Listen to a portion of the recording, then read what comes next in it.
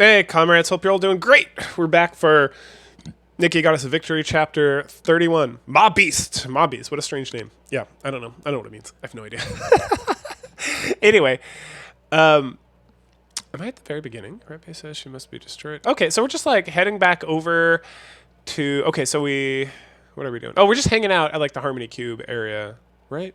I can't remember exactly. Anyway, doesn't matter. What matters is that we're talking to Rappy about attacking Grave, and she's like, well, yeah, she's carrying around Anichiro, the first heretic. What? And I'm like, how do you know who that is? And she's like, oh, I don't really know. It's like a memory from Red Hood. And all I get is like a lot of hate and rage and stuff. And so we check in with Shifty, and she's like, I have no information about Anichiro. That was like 100 years ago. And the only information I do have is that Anichiro was the first heretic, and she got shot down. And Rappy's like, she must be destroyed. And we're like, hold up, wait a minute. Let's talk to Grave. Let's assess the situation, figure it out. So then, okay, so that's before. So that's like on the way. So then we get to the Harmony Cube, and Mana's there. I assume with some other scientists that we don't get to see. And we find out that Absolute is off fighting anti-air raptures because they're flying some stuff in, and that we're going to go over there and join them. But first, Neon shouts about how she slept through the brief. Has no idea what's happening. And Anise is like, you shouldn't shout about that thing. You should pay more attention.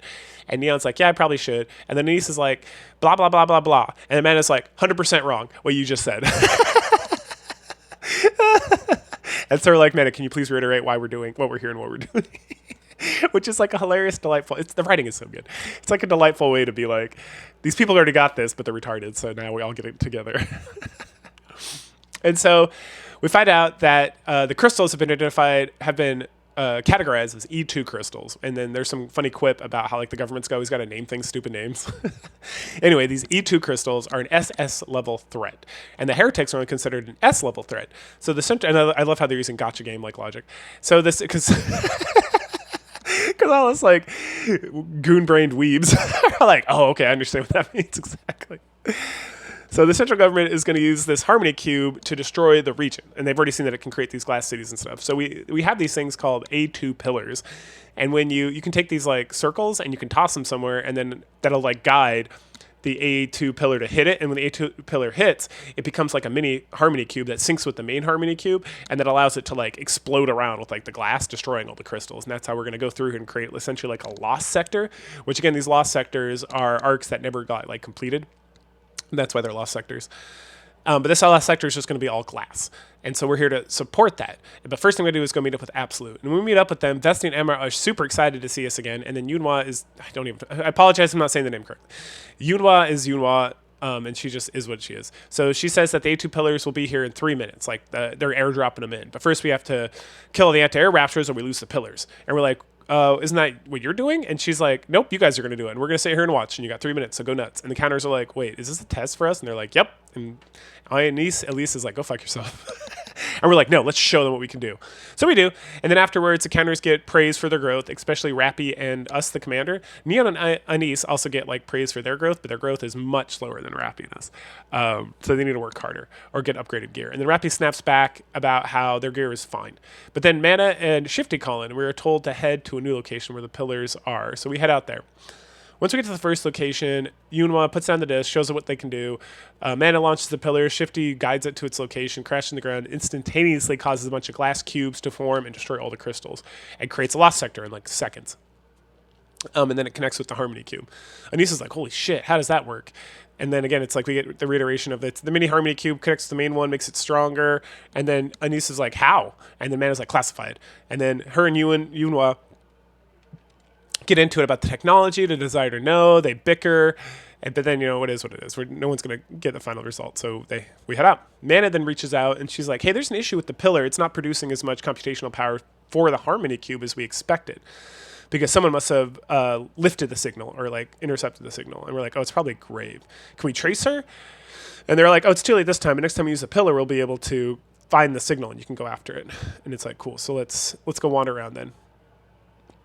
And then Vesti asks about Grave. Is she powerful? Yes. And then Neon reveals that Rappy had to use her like Red Hood mode to stop her, and we're like, Neon, cut it the fuck out, dude. But then we find out that Vesti, I think it's Vesti or Emma, mentions that Absolute already knew that Ingrid briefed them on the matter. At that point, Yunhua gets really sassy with Rappy and storms off. And then Neon's like, didn't Rappy used to be in your squad? What happened with that?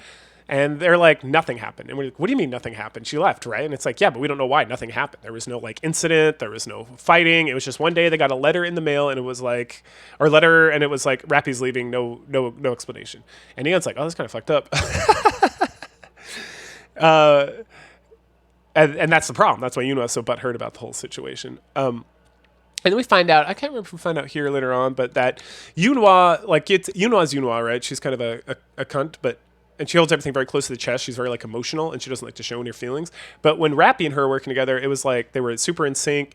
It seemed like Yunwa was really happy. Like she finally found someone she could like work with and have like a friend, and she like really opened up to Rappy. And I think Vesti mentions that Yunwa was like looked up to her even as like a fighter. But then when she just left, Yunwa became like super bitter and even more like, I hate this woman and whatever. And so we travel some more. And the Neon's like, I have a question. And they're like, yeah, what's up? And it's like, why are you here? And Vesti's like, oh, that's kind of mean. And she's like, no. I mean, like, you're way too powerful to be here. We're just like delivering cubes or whatever, right? Like, why do you guys need to be here? It seems like way over prepared or whatever. And they're like, well, we're not just here babysitting these pillars. There's been a report of a heretic in the area. Right. And then also Graves around, and she may or may not be a threat. And they're like, oh, okay. So why didn't they bring Mantis too? And then it's because of the crystals. So Mantis, their whole thing is like electricity. Right.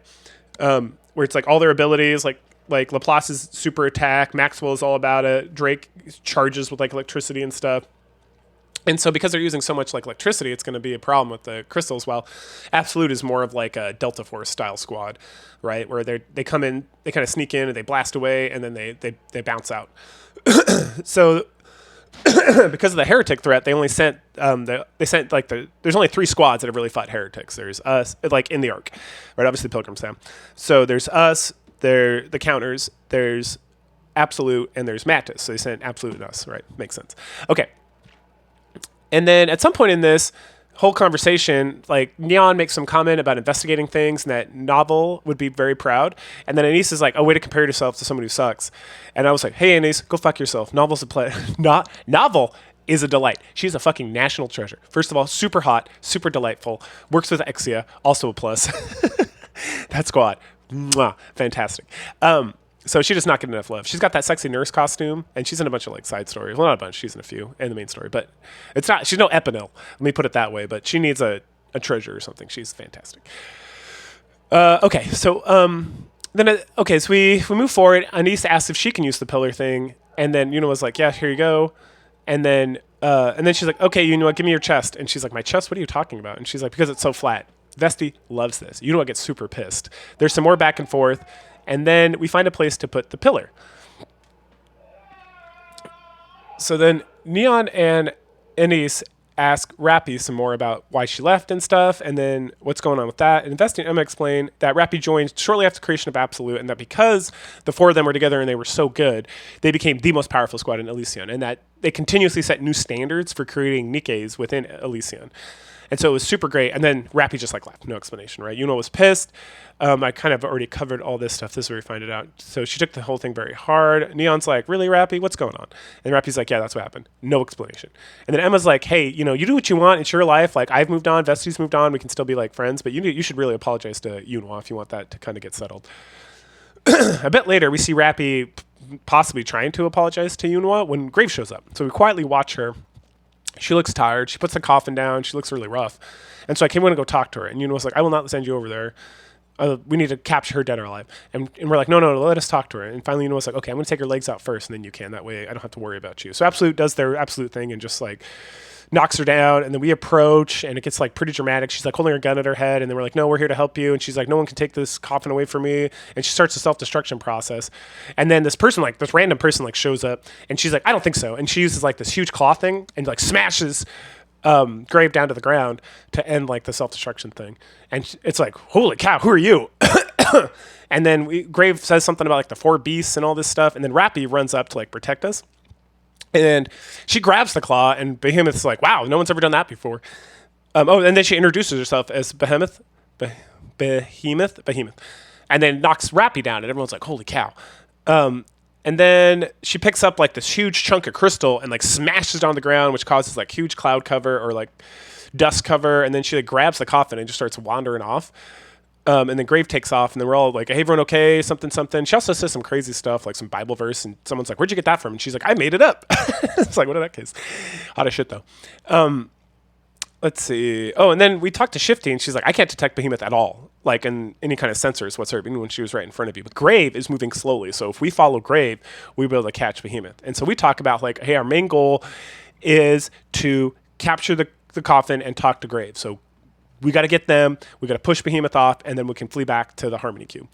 Game plan, good.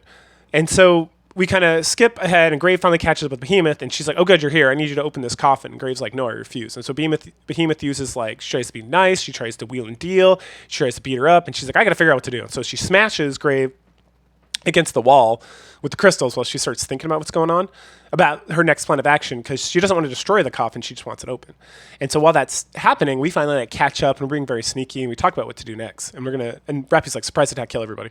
And we're like, "No." And then Rappy's like, "Come on." And we're like, "No, Rappy, you're going to do what I tell you to fucking do, man." And then Yunwa's like, "Good." And so we decided that we're going to attack Behemoth, and then we're going to rush Behemoth, grab Grave, grab the coffin, and get out of there. And so Absolute blasts her pretty good. The counters rush forward, but then she activates all these crystals and impede our progress. And then she kind of like walks up to us, and she's like, "Ooh, man, I need you." And we're like, "Well, answer some of our questions first." And she's like, "Sure, I got no problem with that. We'll wheel and deal."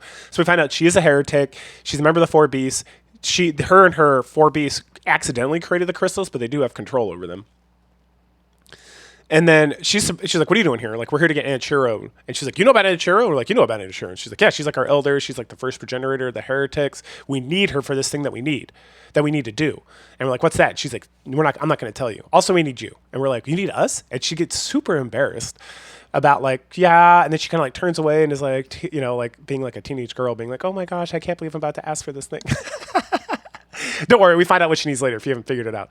Anyway, we get an idea. We see this little crack near her where we can use an A-pillar. So we yell at Yunwa to toss us a disc, and she tosses it, and then Behemoth, who seems very unconcerned about this whole thing, is like, "What's that?" And so we throw it on the ground, and then Mana sends 3 A-pillars. They smash in here very quickly, and then they all activate, destroying all the crystals in the area. And once they're destroyed, we're like, "Aim for her stomach." And so I and Anise and Neon like dive at her, grab her by her legs, kind of trip her up, and then everyone just like Vesti and Yunwa just blast her stomach, which is like the only area that's not covered by this black goo stuff.